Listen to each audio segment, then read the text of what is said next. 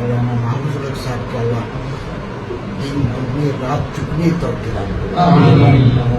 हज़रत शेखुल हदीस साहब रहमतुल्लाह अलैह खानदान को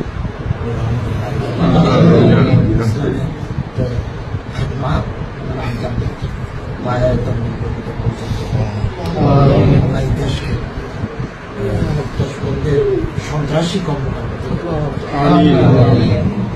অন্তর্বর্তীকালীন সরকার সুষ্ঠু নির্বাচনের মাধ্যমে ক্ষমতা হস্তান্তরের যে প্রক্রিয়া অংশগ্রহণ করেছে আপনি কামিয়াব সফলতা দান করবেন। আল্লাহ আমরা মাপ চাই জীবনের সমস্ত গ্রহণ আমাদের এই দেশকে প্রভায় রাশিদের আদর্শে যাতে এই দেশকে আমরা করতে পারি সেটা